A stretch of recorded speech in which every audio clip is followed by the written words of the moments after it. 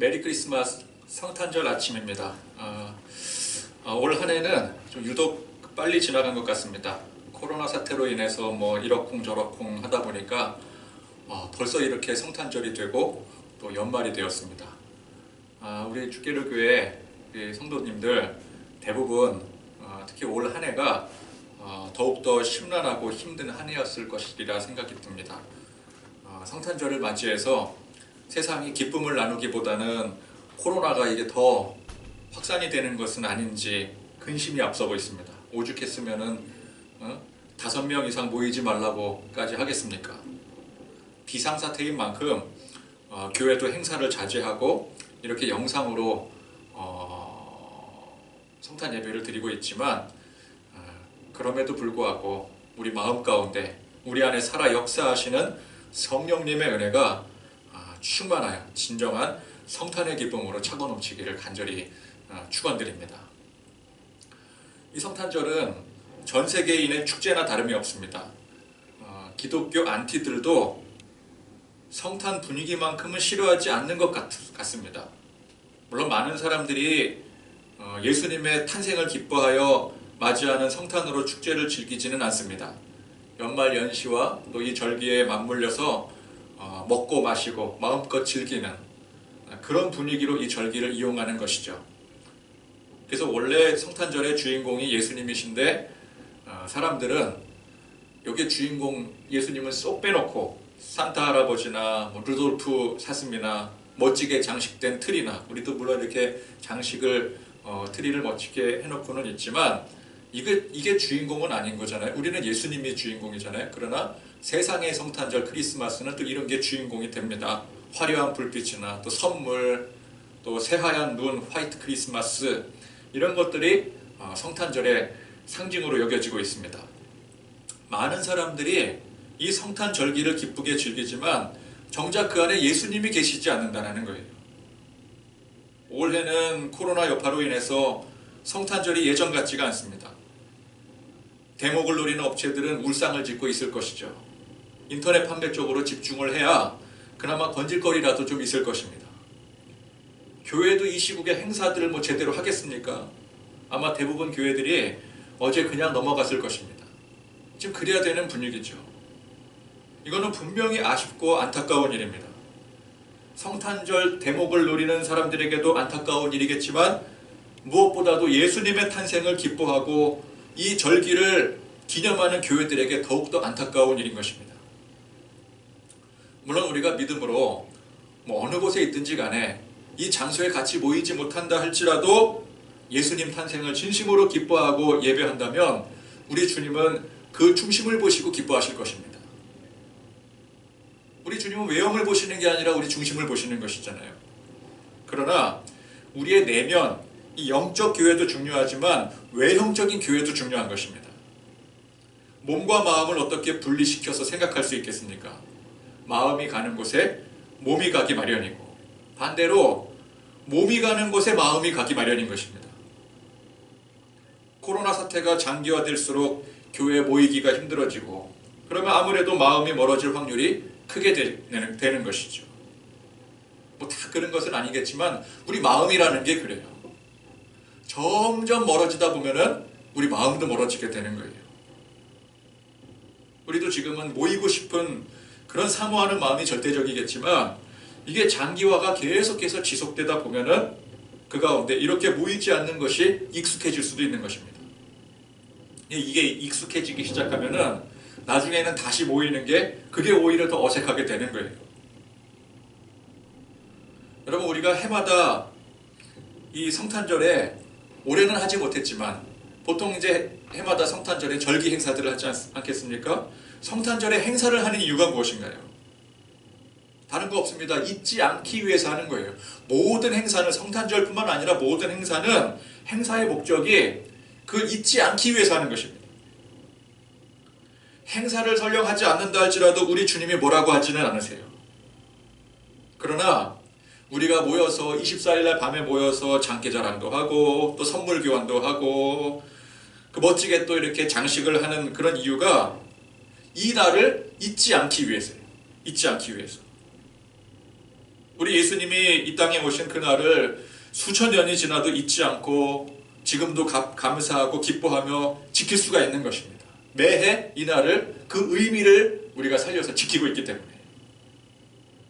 그래서 그 예수님이 다시 오신다는 약속을 우리가 기다릴 수가 있는 것이죠. 그래서 모이지 못해서 아무런 행사 없이 그냥 지나가는 것은 분명히 우리에게 큰 손해인 것입니다. 물론 행사 자체에만 의미를 두고 그냥 우리들끼리 자기들끼리 기쁘고 즐거운 날을 보내고 만다면 그건 안 해도 그만이겠지요. 그러나 적어도 우리 그리스도인들이 이 날을 잊지 않고 항상 매해마다 이 성탄, 이 절기에 우리 주님의 오심을 기뻐하며 이렇게 행사를 치르고, 올해는 행사를 하지 못했지만 어쨌건 간에 그렇게 주님 바라보고 그렇게 기쁜 의미를 가지고 이 날을 잊지 않고 주님 바라보며 주님 오심을 기다리며 지키기 때문에 의미 있는 날이 되는 것이고 행사가 되는 것이 아니겠습니까? 그렇기 때문에 이 코로나 사태가 참 안타까운 거예요. 위기라면 분명히 위기인 것입니다. 그래서 우리가 어쩔 수 없이 모이지 못하고 아무런 행사 없이 그냥 이렇게 지나가게 되었지만 우리 주님이 오신 이 날을 잊지 않고 기뻐하며 감격해하는 그 마음을 이 위기 가운데 잊지 않도록, 더욱더 잊지 않도록 여러분 그 마음 중심으로 하나님 앞에 예배드리는 귀한 시간 되기를 소망합니다.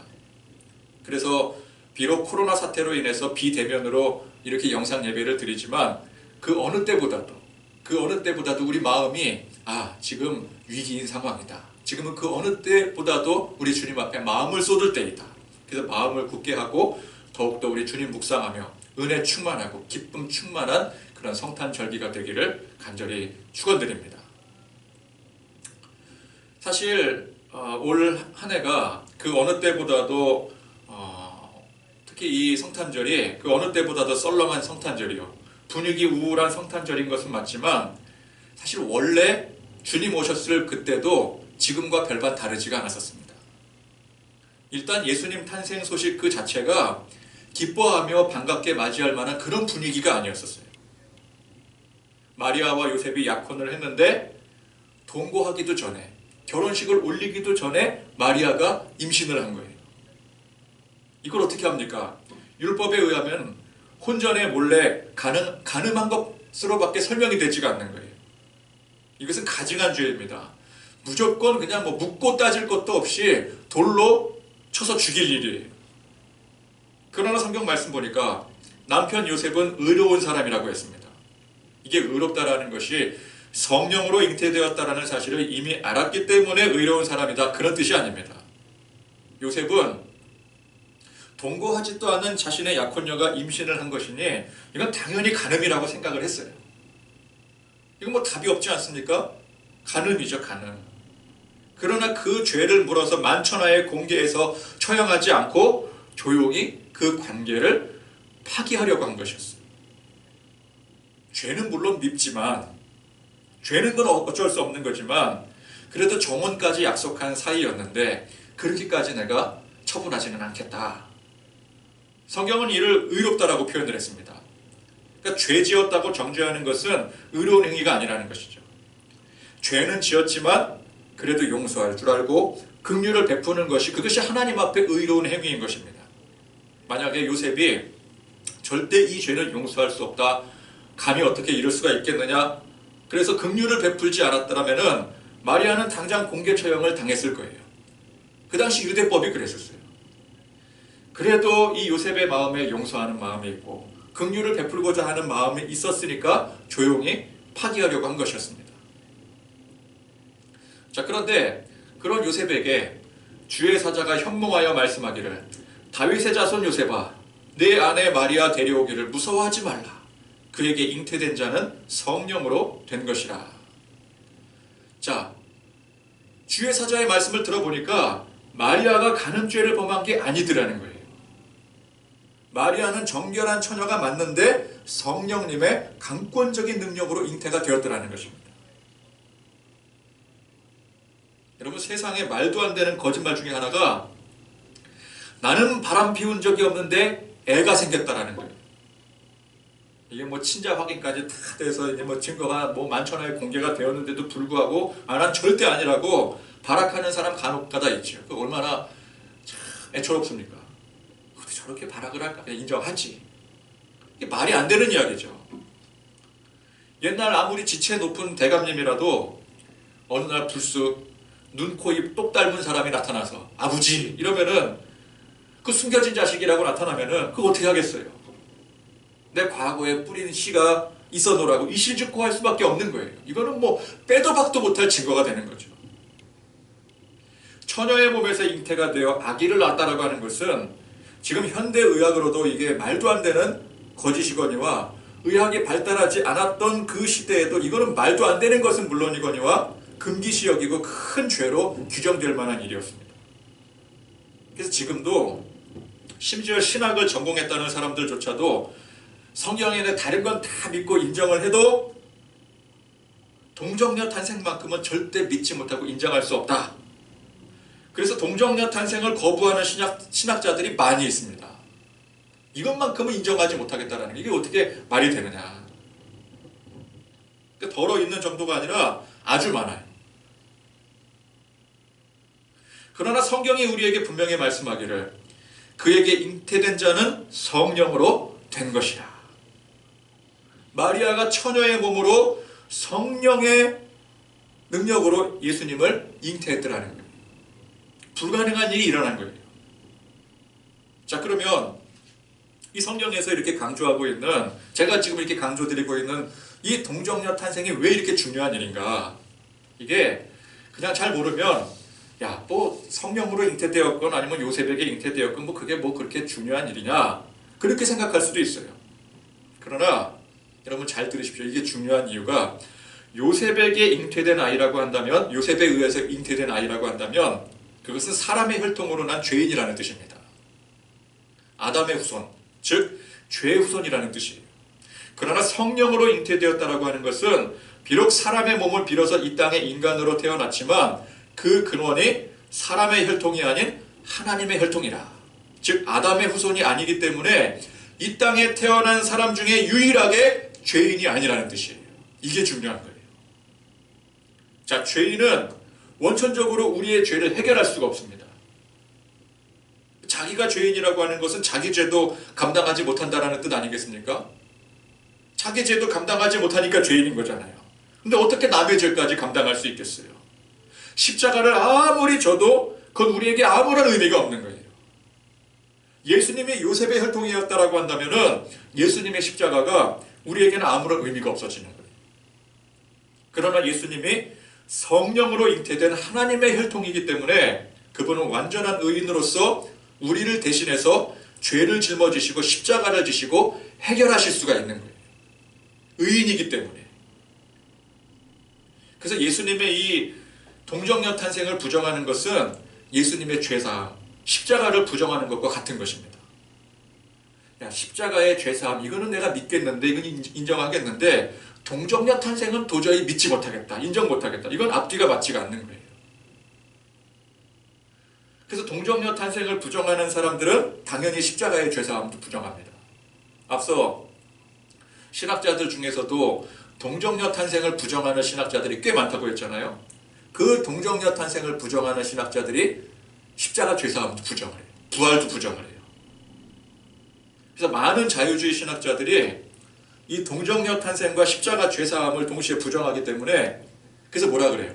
예수를 믿어도 되고 안 믿어도 되고 안 믿어도 돼요. 예수를 통해서건 다른 어떤 종교를 통해서건 진리는 결국 뭐 하나로 이어지는 거 아니냐, 좁혀지는 거 아니냐, 그런 말들을 하고 있는 거예요.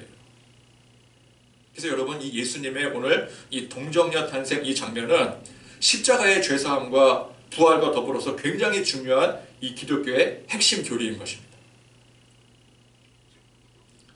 자, 그렇게 주의 사자가 요셉에게 전한 이 마리아의 동정녀 잉태 소식은 굉장히 중요한 소식이었습니다. 온 세상의 죄를 사해 주실 메시아의 탄생이요, 하나님께서 우리 죄인들을 버리지 않으셨다라고 하는 기쁨과 감격의 소식인 것입니다.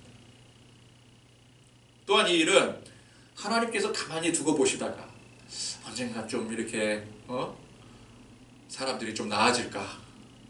그만 죄 짓고 나에게로 돌아올까? 이렇게 가만히 두고 보시다가 이게 생각해보니까 이게 그냥 멸망시켜서는 안 될 것 같고 인생들이 불쌍해서 내 구원을 해야 되겠다. 내 방법으로 구원을 해야 되겠다. 마음 바꾸셔서 갑자기 생겨난 계획이 아니라 구약 성경에 이미 오래전부터 예언한 일이 성취된 일이더라는 거예요. 22절에 이 모든 일이 된 것은 주께서 선지자로 하신 말씀을 이루려 하심이니 이르시되 이렇게 나오잖아요. 당장 지금 계획해서 하신 일이 아니라 이미 오래전부터, 이미 태초전부터 하나님이 계획하시고 작정하신 일이라는 것이었습니다. 그러니까 애초부터 우리를 구원하시기 위해서 계획을 세우시고 그 계획을 실현하셨다는 뜻이에요. 이게 얼마나 기쁜 소식입니까? 얼마나 감격스러운 소식이에요. 그런데 요셉은 이 기쁘고 감격스러운 소식을 온 세상에 전할 수가 없었어요.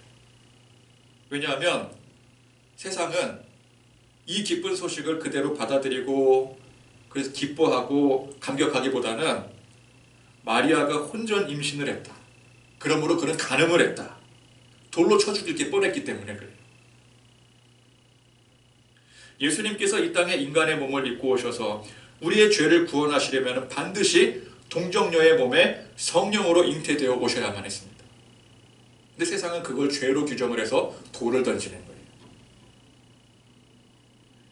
예수님이 십자가를 지시는 것 또한 우리의 모든 죄를 대신 지시는 가장 고귀하고 황송하고 감격스러운 순간인 것을 죄인들은 어떻게 합니까? 죄인 중에 죄인으로 예수님을 십자가에 못을 박아버리는 거예요. 이게 죄악된 세상의 모습 아니겠습니까? 그러니까 예수님의 이 잉태 소식은 가장 기뻐하고 경배받아 마땅할 소식이었지만 세상에서 절대 밝혀져서는 안 되는 소식으로 요셉과 마리아가 숨겨둘 수밖에 없는 그런 상황이었다는 것입니다. 예수님께서 탄생하시던 순간은 더했죠. 호적을 올리러 이제 고향 땅 베들레헴으로 가는 길에 그만 해산의 때가 가까워 제대로 된 집을 얻지도 못하고 마구간에서 예수님을 출산을 하게 돼요. 거기다가 예언의 소식을 전해드는 헤롯 왕이 그 아기를 죽이겠다고 벼르기까지 했습니다. 온 만민을 구원하실 메시아요, 세상의 왕이 탄생하시는데 이 얼마나 초라하고 위태위태한 광경입니까? 예수님의 탄생을 알고 경배하러 온 사람들은 멀리서 온 동방에서 온 박사들, 그리고 양을 치던 목자들이 전부였습니다. 그리고 요셉과 마리아는 산후조리는커녕 헤롯의 핍박을 피해서 애굽으로 지금 달아나는 그런 신세가 되어버렸다는 거예요. 만왕의 왕이신 예수님께서 오시는 그 황홀한 광경이 세상에서 아무런 주목도 받지 못하고 오히려 생명의 위협을 피해 달아나야 되는 그런 처참한 그런 상황이 되어버리고 말았다는 것입니다. 사실 지금 이렇게 코로나 사태로 교회가 모이지 못하고 또 이게 설령 코로나 사태가 아니더라 할지라도 매해 온 세상이 성탄절로 시끌벅적하지만 정작 그 안에 예수님은 계시지 않는 이 현실의 모습이 그 당시 예수님의 탄생의 모습과 다르지 않다고 생각을 합니다. 예수님의 탄생 이 배경에는 아무런 영광이 없었습니다. 온 천하의 찬양과 경배의 모습은커녕 초라한 상황과 핍박의 눈초리, 목숨의 위협밖에 없었습니다. 아무도 기억하지 않고요. 누구에게도 진실을 알릴 수조차 없었어요. 그 당시 모든 유대인들이 메시아 오심을 간절히 열망하며 기다렸지만 정작 예수님은 그렇게 누구도 모르게 아주 초라하게 조용히 몰래 오셨어요. 지금도 많은 사람들이 성탄절을 즐기며 화려하게 절기를 즐기고 있지만 예수님이 그 안에 계시지 않는 것입니다. 그런데 그 가운데 누가 있었어요? 요셉과 마리아가 있었습니다. 요셉은 처음에 마리아를 의심하여 죄 지은 줄 알았지만 현몽한 주의 사자의 말씀을 듣고 이내 깨닫게 되었습니다. 준비를 했어요. 마리아는 성령의 잉태의 소식에 몸과 마음을 정결히 하며 마리아도 준비를 했습니다. 비록 얼마 되지 않은 소수였지만 박사들이 예수님의 탄생을 기뻐하며 경배했고 들에서 양을 치던 목자들이 아기 예수님께 모여들어 경배를 했습니다. 지금도 온 세상에 성탄 절기가 전파가 되어서 많은 사람들이 이 절기를 기념하고 즐기지만 진짜 예수님을 기뻐하고 경배하는 사람들은 소수의 그리스도인들이라는 것입니다. 바로 오늘 이렇게 예배드리는 우리야말로 요셉과 마리아요, 동방박사들과 양치던 목자들인 것입니다. 여러분, 코로나 사태로 인해서 모이지 못하고 교회가 성탄절 행사를 제대로 하지 못하는 것은 분명히 안타까운 일입니다. 제가 앞서 말씀드린 바처럼 이런 분위기가 계속해서 장기간 지속화가 된다면 우리 마음이 멀어질 수 있다는 것을 우리는 충분히 경계를 해야 됩니다. 그래서 위기구나, 그런 면에서 위기구나라고 생각을 해야 되는 것이죠. 그러나 온 세상이 알아주지 않고 오히려 핍박받고 목숨의 위협을 받을 정도까지 되었어도 그 가운데 마리아와 요셉이 또 동방박사들과 양치던 목자들이 정결하게 준비하고 아기 예수님을 경배했던 것처럼 언제나 어떤 상황에서라도 우리도 설령 핍박받는 상황이라 할지라도 항상 예수님을 경배하며 찬양하며 진심으로 기뻐하고 감사하는 그런 사람들이 되시기를 소망합니다. 코로나 사태로 인해서 세상이 더욱더 각박해져 갑니다. 코로나 사태로 인해서 우리가 이전에 했던 것에 많은 제약이 발생하게 되었고요. 사는 게 더욱더 힘들게 되어버렸습니다. 그런데 이것이 죄악이 만연한 세상의 본질적인 모습이 조금 더 드러났을 뿐이에요. 하나님 보시기에 세상은 물로 심판하기 직전의 모습, 소돔과 고모라의 모습처럼 죄악으로 온통 물들어 있다는 것입니다. 죄악 가운데 혼돈과 절망이 끊이지 않는 게 이게 세상의 진짜 모습이라는 거예요. 죄 때문에. 그래서 전쟁이 끊이지 않고 질병과 고난이 끊이지가 않는 거예요. 끊이지가 않는 거예요. 지금 이 코로나 사태로 인한 고난은 그런 세상에서 보여주는 빙산의 일각인 것입니다. 하나님은 이런 세상 자체에 소망을 두지 않으셨어요. 세상이 언젠가는 정신 차리고 제대로 돌아오겠지, 그런 기대를 하나님 하지 않으십니다. 그래서 물로 심판을 하시고 불로 소돔과 고모라를 심판하셨어요. 이건 미리 보여주시는 거예요. 장차 세상을 심판하시겠다라는 것을 홍수의 심판으로 보여주시고 불의 심판으로 보여주신 거예요. 하나님은 이 세상에 일말에 그런 기대를 하지 않으시고 아예 우리에게 그런 기대를 하지 않으시고 하나님께서 직접 세상을 구원하시려고 작정을 하셨습니다. 너희들에겐 소망 없다. 너희들의 방법으로는 아무것도 이룰 수 없다. 내가 이루어주겠다. 내 방법으로 하겠다. 그래서 오직 하나님의 뜻과 방법으로 예수님을 성령으로 잉태하게 하셔서 우리의 죄를 대신하여 십자가를 지게 하신 것입니다. 이게 하나님의 방법이에요. 우리의 방법은 조금 더 들어가 있지 않아요. 우리의 노력은 조금 더 들어가 있지 않아요.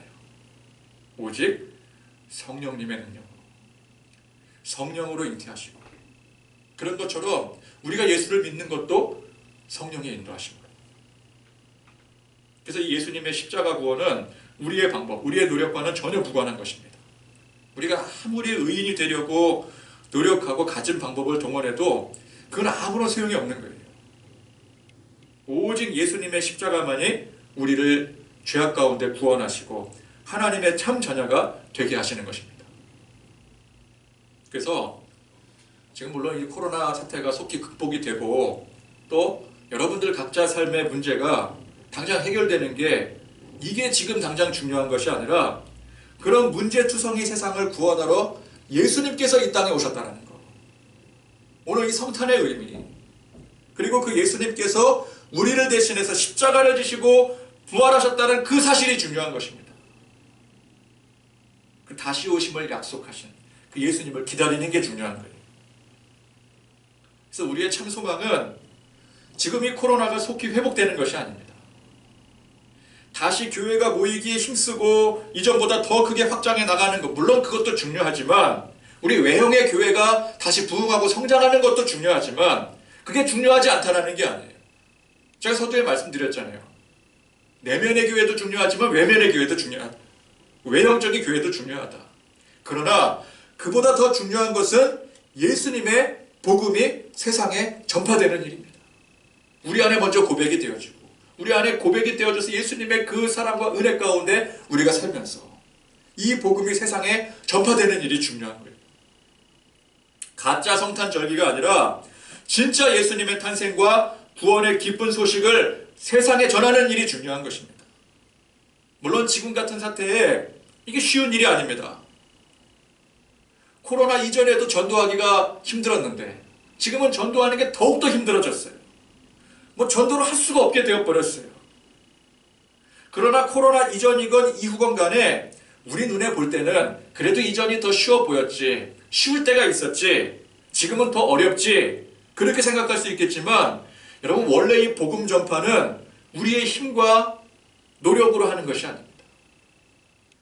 쉬워 보인다고 그게 되는 게 아니에요. 또 어려워 보인다고 안 되는 게 아니더라는 것입니다. 우리가 구원받고 의인이 된 것이 우리의 노력으로 된 것이 아닌 것처럼 이 복음이 전파되는 것 또한 성령님의 강권적인 역사하심으로 되는 일이라는 것입니다.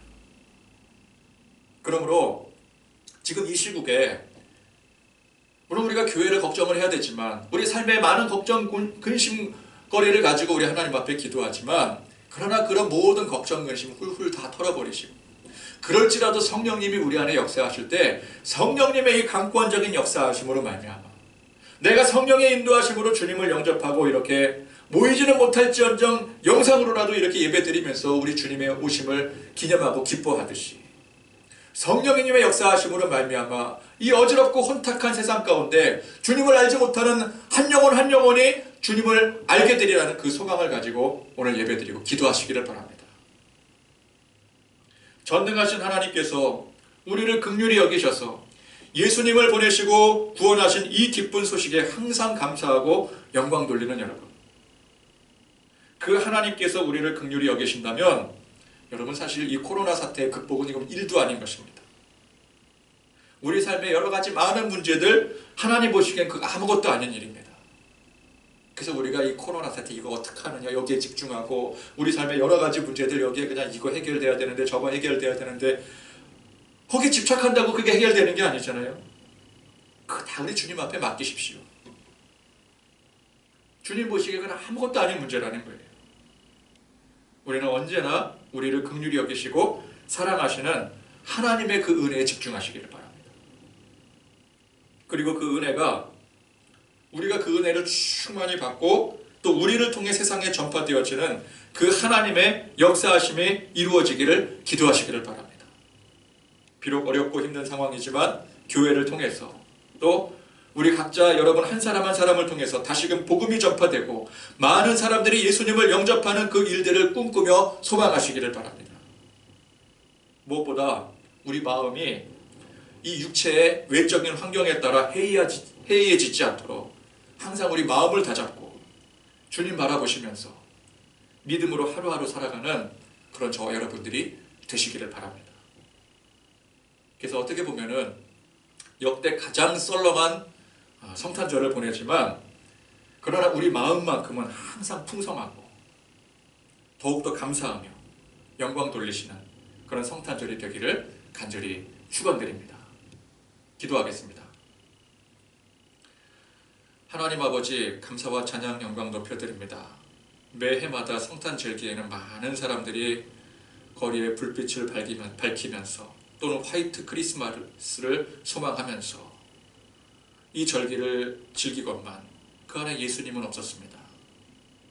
소수의 사람들이 정말 예수님의 탄생을 기뻐하며 경배하며 예배하는 그 가운데 예수님이 있었던 것처럼 예수님이 오셨던 그 당시에도 많은 유대인들이, 많은 사람들이 메시아 오심을 기대하며 소망했건만 그 안에 예수님께서 오시지 아니하시고 소수의 사람들, 준비된 사람들, 성령님께서 인도하신 사람들에게만 그 영광이 있었던 것처럼 오늘 우리가 우리 한 사람 한 사람이 요셉과 마리아가 되어서 동방에서 온 박사들이 되어서 또 들의 양을 치던 목자들이 되어서 비록 얼마 되지 않는 숫자이지만 지금 코로나 전국으로 인해서 지금 교회가 모이지 못하고 또 해마다 했던 행사를 치르지 못하는 그런 입장이라 할지라도 우리 한 사람 한 사람의 그 마음의 중심이 우리 주님을 바라보며 주님의 오심을 주님이 오시는 그 소식, 기쁜 소식을 온 세상 가운데 전하기를, 선포하기를 기대하며 갈망하는 그 가운데 기뻐하며 영광 돌리는